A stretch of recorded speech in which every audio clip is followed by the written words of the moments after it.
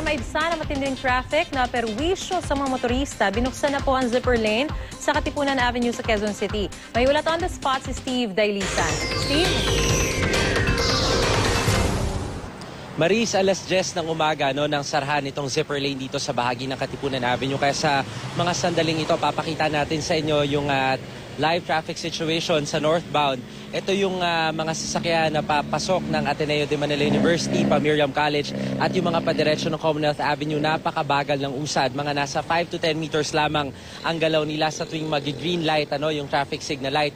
Yung traffic na ito, Maris, ay tukod na hanggang sa bahagi ng Katipunan flyover. Kaya yung mga manggagaling ng C5, yung mga manggagaling ng Marikina, ito po ang dapat yung paghandaan. Iba yung pasensya ang dapat yung baunin sa ngayon dahil medyo mahaba-haba yung traffic na inyong bubunuin. Itong zipper lane, Maris, gaya ng nabanggit ko, ay sinarahan na kanina dahil nga ang inaasahan kasi sa mga oras na ito hanggang mamayang hapon, ito namang portion ng southbound direction yung makararanas ng volume ng mga sasakyan. Katunayan, nung ating ikutin kanina, yung nakikita nyo ngayon, medyo maluwag yan kasi nakalagpas na ng stoplight. Pero kung yung mga sasakyan ay manggagaling ng Balara o yung manggagaling ng Commonwealth Avenue, napakabigat din nung daloy ng trapiko na yung bubunuin. Napipigil lang kasi yung mga sasakyan sa portion ng CP Garcia o yung mga patungo ng UP.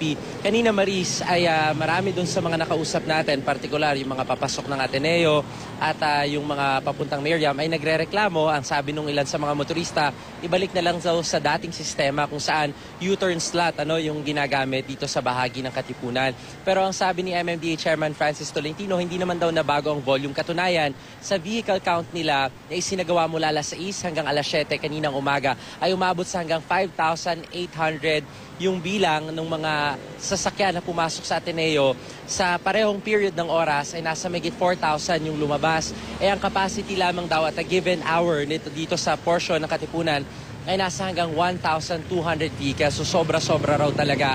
Kaya mabigat na daloy ng trapiko ang dinaranas ng mga motorista dito kada araw. Ang ginawa raw nila ngayon ay kahit papano maibsan mapaluwag itong southbound direction dahil binuksan na rin nila yung ilalim nitong flyover ng Katipunan para makakanan yung mga Aurora at makakaliwa yung mga patungo ng Marcos Highway. So ang pakiusap nila ngayon sa pamunuan naman ng Ateneo ay magkaroon ng sistema para makapag-adjust naman yung traffic doon sa loob kasi lumalabas na yung problema ay nasa loob dahil yung volume ng mga sasakyan na nanggagaling ng Ateneo ay napakarami.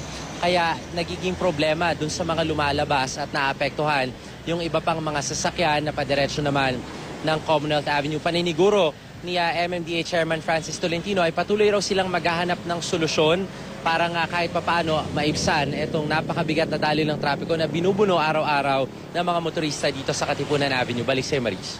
Steve, isa sa mga measures na ginagawa nila itong zipper o pagbubukas ng zipper lane para maibsan yung matinding daloy ng trapiko dyan. Pero hanggang kailan ba yung experiment na ito para malaman nga talaga kung effective itong paraang ito? Yung zipper lane, Maris, nagbukas siya alas 6 ng umaga, supposedly hanggang alas 9 lamang ng umaga. Pero ang ginawa kanina, in-extend na ng hanggang 1 oras dahil mabigat pa rin ang volume ng mga sasakyan. Yung nararanasan ngayon na traffic ng mga kapuso natin dito ay dahil window hour na rin ng mga truck. Kaya kung mapapansin mo, marami sa mga truck dito sa likuran ko, nakapila na, tumutukod yung haba na yan sa portion ng C5, Maris. At yung sinasabi nga natin na zipper lane dito ay bubuksan daw nila as the need arises. So ngayon, ang tingin daw ng MMDA ay kinakailangan na itong sarhan dahil nga ang ina-expect na volume ay manggagaling naman sa southbound direction, Maris. Alright, maraming salamat, Steve Dailisan.